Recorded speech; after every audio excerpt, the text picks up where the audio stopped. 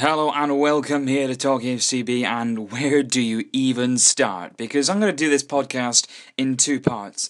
I'm going to do Barcelona against Sevilla from no minutes to 55 minutes, and then I'm going to do Barcelona against Sevilla 55 minutes to 115 to 20 minutes.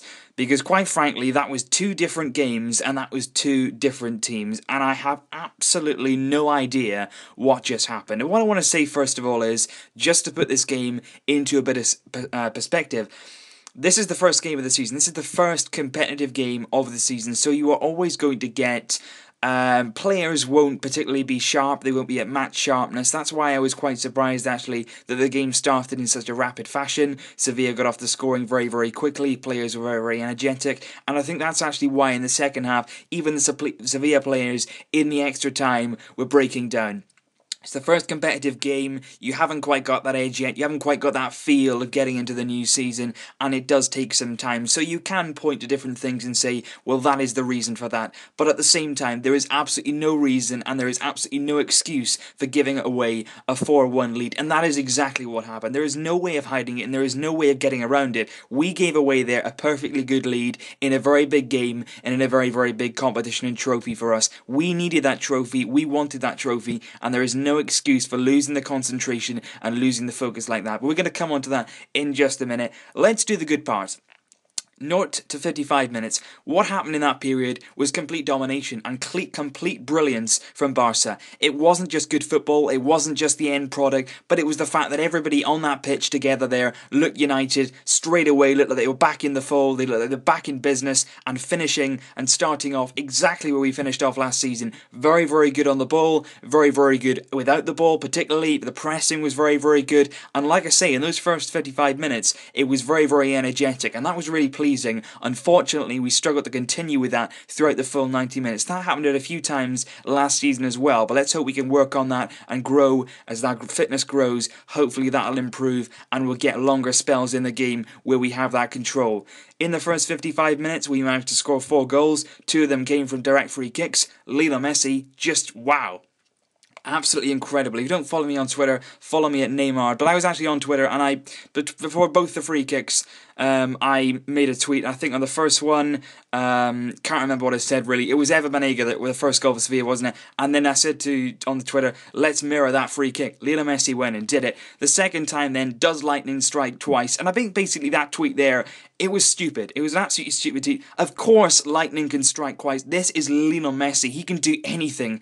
And in that moment there, you saw a glimpse of what that man is. And that is a man who can literally do anything. I mean, those 2 free kicks, whether you look at bad goalkeeping, whether you look at the free kicks that weren't free kicks, it doesn't matter. To have the audacity, to have the ability to know that you can pick up the ball, put it down, and put that ball in the back of the net, 2 free kicks out of 2. This wasn't 2 free kicks in the match where he's had about 10 efforts on goal. This was consecutive free kicks from the same sort of angle, same sort of distance. It was brilliant. The second one was a bit further out, and it wasn't even the same technique. The first one with a curler and a dipper over the wall. The second one, he just went for power. It was absolutely incredible. Lionel Messi at his best. And then, we went on, we were controlling the game, and the football was magnificent in that first half particularly. It was one touch, it was crisp, the passing was smooth, the movement was really, really good. I was really, really impressed with the front 3, with Rafinha integrating in that. I thought his runs were really, really impressive in that first half, and that actually came to a head when he got his goal. A lot of praise for Luis Suarez there. He was in on goal, wasn't he? He was able to run into the advancing pitch. He had his shot on goal, should have scored. Beto saved it, but Luis Suarez's head doesn't go down. He picked his head up, he got on with the game, he got the ball back, he retrieved it. Then you've got the Luis Suarez trademark nutmeg, and then bang, Rafinha's got his goal, and he thoroughly deserved it. He had a great game until he was taken off. Absolutely brilliant. There was some moments on the ball where he took command, where he took control. He was very, very comfortable whenever he received it, and it was a big performance from him tonight, because if Pedro is to be going, which it does look like Pedro could well be on his way out now. Didn't start the game, only brought on in extra time. We'll come on to his winner later on, but it does look as though he could well be moving to Man United if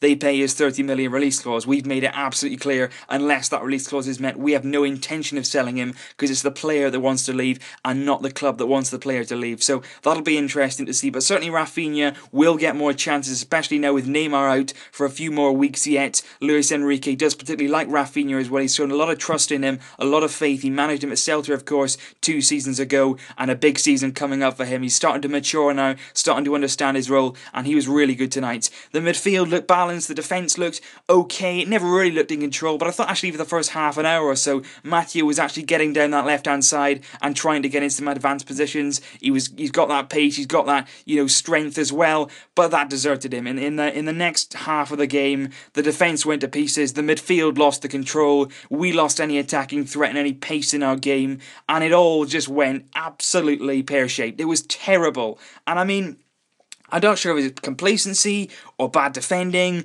or the fact that it was just poor on our account. I think all of the above, really. I think in that second half, certainly when Sevilla got that 4-2 goal, I think it's a combination of us massively downgrading on our performance and also Sevilla actually having that belief and having that momentum. They never gave up, to be fair to them. They were 4-1 down, but they always believed, and that's a credit to Unai Emery and his players. They kept going, they kept believing, and we just switched off. We 110% switched off, and it's not like a switch. You can't just switch yourself off, and then once you've conceded 2 goals, you can't just switch yourself back on again. It doesn't work like that. You've got to be focused from the off till the end. And like I said on Twitter as well, Carlos Puyol would not have let that happen, no matter what the scoreline was. I've seen a video, you've all seen it, where he's having to go at PK when it's 3-0. He's saying focus, defend, don't talk, it's just defending. And that's what you've got to do. It doesn't matter what the scoreline is, it doesn't matter what the situation is, you've always got to do your job, because if you don't, you're playing against opposition which is good enough to take advantage of that. And Sevilla were tonight. They were attacking players. Unai Emery made good substitutions. Conor Blanco came on, Immobile came on, and they were very, very good on the break, and they really made an absolute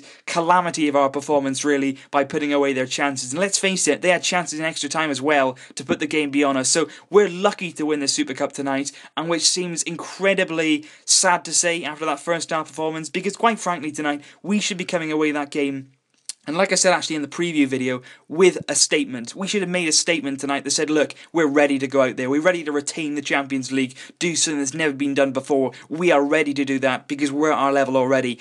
And unfortunately tonight we're coming away knowing, yes, we've won it. And that is the most important thing, by the way. We have won the Super Cup. But at the same time we're coming away knowing there are some deficiencies in our game which need to be plugged. However, that can be done. This could well be a wake-up call, and I really, really hope that it is, because this is a perfect time for this to happen. I would much rather this happen now than halfway through the season. We've won the game. Let's hope now the players and all the staff as well can learn from it. There was some dubious substitutions from Luis Enrique. I thought bringing off Rafinha. I never ever like it when we play with 2 forward players. Someone like a 4-4-2. It never works. Under Tata Martino, we went to 4-4-2 all the time. It just doesn't work. It's too restricted for us. We like to have movement in the front 3. We like to have a little bit of flair. It doesn't work. So I think Luis Enrique bringing off Rafinha, you've got to bring on somebody a little bit more attack-minded who's going to try and stretch Sevilla. Sevilla in the end were able to just push up the pitch, advance on us and start building and controlling the game. Iniesta going off was a massive moment, and then Luis Enrique couldn't really control. We didn't want to risk him through his injury, and the game did look to be quite comfortable for us. Of course, not really the case, but when he went off, we lost that control. But again tonight, it shows how really key players and would need to be appreciated. Jordi Alba is one of those players. He is a fantastic player and is so key to this system. Without him, the whole system down that left-hand side breaks down at times, and certainly defensively, with his pace and his reading of the game, he is massively missed. Let's hope he can get back as soon as possible, because quite frankly, that left-back position does need plugging. The centre-backs, nothing really wrong with them in terms of their attributes, in terms of their mentality. But certainly, I think tonight, they were not switched on enough. They were not doing their job well enough. They'll come back from it. Gerrard and Piqué and Mascherano are good enough players. They'll be outstanding for us again this season, I'm sure. But certainly tonight they weren't at it. Dani Alves made a good goal line clearance in the first half, but unfortunately in the second again, at times he was nowhere to be seen, much like Mathieu on the left-back side. But quite frankly, everybody in that second half could have had something against them. Lionel Messi didn't quite get himself in the game enough. Same goes for Luis Suarez. So at the end of the day, when it's all said and done, we've won the trophy tonight. We've got 4 out of 6. The sextuple is just about still on. But, it's really, really difficult for us to come away tonight feeling that we've really achieved our goals. We've let in 3 poor goals. We've then gone and conceded a fourth, and it's gone to extra time, and it's just put a little bit of a dampener on things. But like I say, that can be resurrected. You can improve on that. Luis Enrique in training now has got to be hammering into them. That cannot happen again. Not at this level, and not at any other level. At any stage of the professional game, you cannot afford to be complacent, and that is our own downfall. We have the quality, we've got the players, we've got the brilliance. We just need to keep our heads switched on, and we need to stay focused at all times in every single game. And that is why a season is so demanding on the modern professional, but that is why they get paid so much a week. You've got to do it, you've got to focus, and it's your job to do your work out there and stick to it, because it was very, very important we did that tonight, and we failed at that. But the most important thing is we've got the Super Cup, and what a lovely way. If Pedro is to leave, what a great way for him to leave. He scored a number of important goals like that, Champions League finals, Super Cup finals, he scored a lot of important games. One more for him tonight. It is the winner in the Super Cup final. If he does go, what a fantastic servant to the club, what a brilliant player. I wish him all the best, and a fantastic way to go out. Barcelona are European champions. We got there in the end. The season is only just starting. The only way is up. We will improve attack and defence. Players are coming back. Stay optimistic as always here. That's the way forward. I'll see you very, very soon. Leave your thoughts down below on everything that happened tonight. Visca El Barça.